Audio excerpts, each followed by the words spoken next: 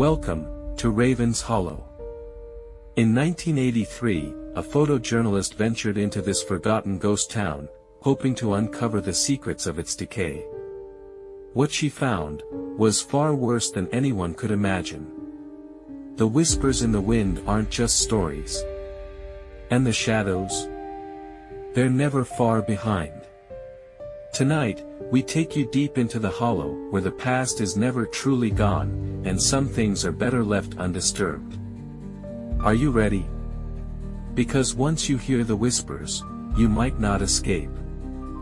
In the fall of 1983, Laura Whitaker, a young photojournalist, ventured into the forgotten town of Raven's Hollow. The town had been abandoned for decades, its buildings rotting away, its streets eerily silent. But some places refused to be forgotten. As Laura stepped into the hollow, she could feel the weight of something unseen watching her. Little did she know, what she was about to uncover would be far darker than anything she had imagined.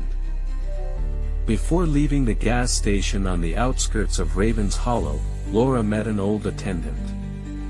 His eyes flickered with fear as he warned her, "Don't stay in that place after dark." His voice trembled, almost as if he was pleading.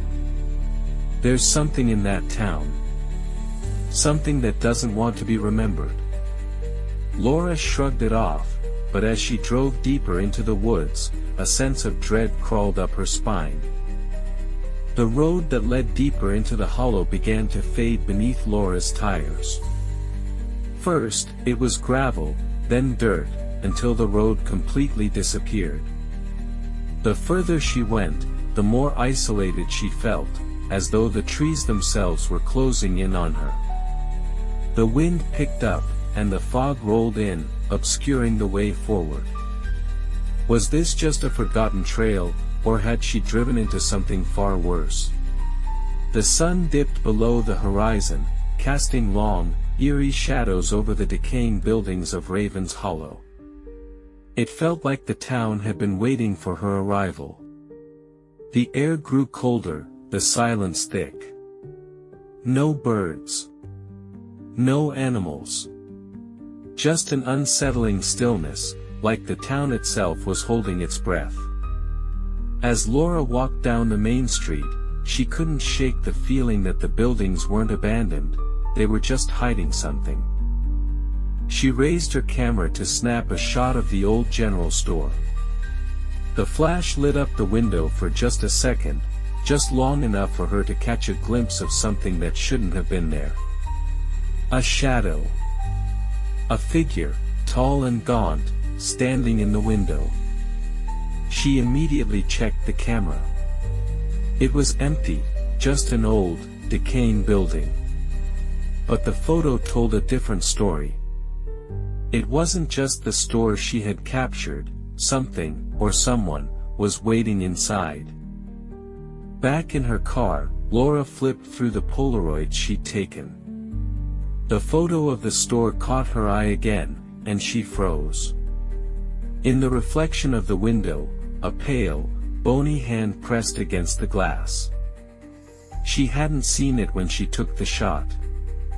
Her heart pounded as she realized, she wasn't alone. But who or what was that figure? And why had it followed her? The sound of a church bell rang out, deep and slow. It had been silent for decades. Laura turned toward the chapel in the distance, her stomach twisting. The bell's echo seemed to vibrate through the ground, rattling her bones. It wasn't just the bell that caught her attention, it was the unsettling presence that seemed to follow it. Someone, or something, was waiting for her inside that church. Behind the church, Laura found the graveyard. There, among the moss-covered stones, was a fresh grave, untouched by time. No name.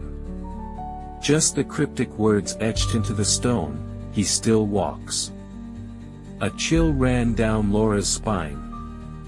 She stared at the grave, wondering who had been buried there, and why the hollow echoed with footsteps that hadn't belonged to the dead.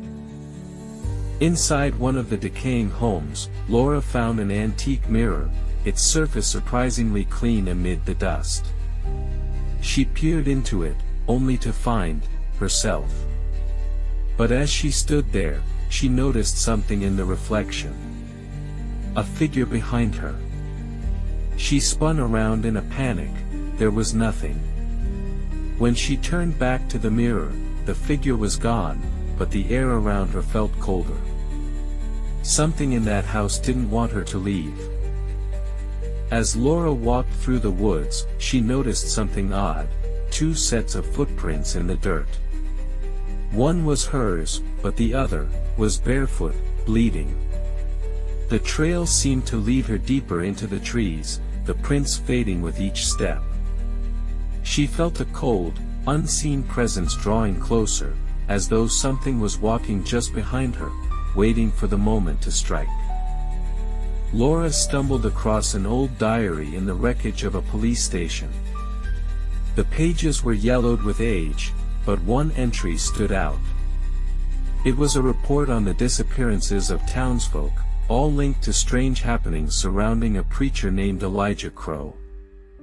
As she read, the words began to blur, and her heart sank. Crow wasn't just a preacher, he was believed to have performed dark rituals, in the very town she was standing in. Suddenly, the wind picked up, howling through the trees. But it wasn't just the wind. There was something more. Laura's name was being whispered, softly at first, then louder. Her body froze as she realized the voice wasn't coming from the trees, but from the very air around her. "It knows you're here," the wind seemed to say. "It's waiting for you." She found refuge in one of the houses, hoping for some rest. But upstairs, the floorboards creaked. Slow, deliberate steps, as if someone was pacing. Laura's breath caught in her throat. There was no one upstairs. The stairs had collapsed long ago. The footsteps grew louder, closer, until they stopped right above her. Then, a soft voice called her name from the darkness. Laura dug deeper into the history of the town. Elijah Crow was not only the town's preacher but also its executioner, accused of ritual sacrifices.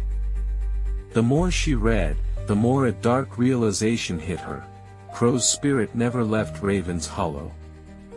It was still here, watching, waiting for the next soul to claim. Suddenly, Laura saw it, a vision of the town burning. Buildings ablaze, people screaming, running from the flames. The fire was consuming everything, and in the center, Elijah Crow stood, laughing maniacally.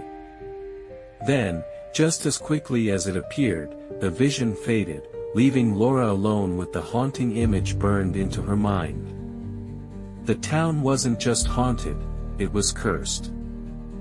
In the basement of the church, Laura found a door, locked with chains. From behind it, she heard muffled whispers and faint knocks. The air grew thick with an unsettling presence. As she stepped closer, the knocking grew louder, frantic. It was as if whatever was trapped behind that door wanted out, and it was calling to her. With trembling hands, Laura broke the chains and pulled the door open. The darkness inside was suffocating. A cold gust of air rushed out, followed by the sound of something skittering in the shadows. Something moved toward her, slowly, deliberately. A figure, its limbs too long, its eyes glowing with malice. She stepped back, but the door slammed shut behind her. As Laura backed away from the door, she felt the eyes on her. Hundreds of them, all watching from the darkness. She could feel them, all around her, waiting for her to make the wrong move. Then, the voice came again, cold and rasping, "Now you belong to the Hollow." Laura turned and ran, the sound of footsteps echoing in the distance, following her. Laura ran through the trees, never looking back. Her breath was ragged, her heart pounding in her chest. When she finally broke free of the woods, the road reappeared, but the town, the hollow, was gone. Vanished, as if it had never existed. But the whispers, they followed her. And they always would. She told her story to police officers. They called it hysteria. When she played the tape recorder back, she heard something that made her blood run cold, a voice that wasn't hers, whispering her name in the darkness. "We'll see you again." And that, she realized, was the curse of Raven's Hollow. Once it calls you, you can never leave, and so, Laura Whitaker left Raven's Hollow, but the hollow never left her. The whispers, the shadows, they followed her, haunting every step, every breath. She tried to forget. But some places, some horrors, refused to stay buried. And as for Raven's Hollow, it waits patiently for the next curious soul. Remember, when you hear the whispers, they're not just calling you. They're waiting. Laura's story ended, but the whispers never stopped. Raven's Hollow remains, somewhere deep in the forgotten woods, waiting for the next soul to cross its borders. Some places don't just haunt you, they claim you. And if you think this story was terrifying, you haven't heard what comes next. Subscribe to the Cursed Diaries, and return next time, if you dare, for another true horror story that should have stayed buried. Until then, keep your lights on, and whatever you do, don't listen to the whispers.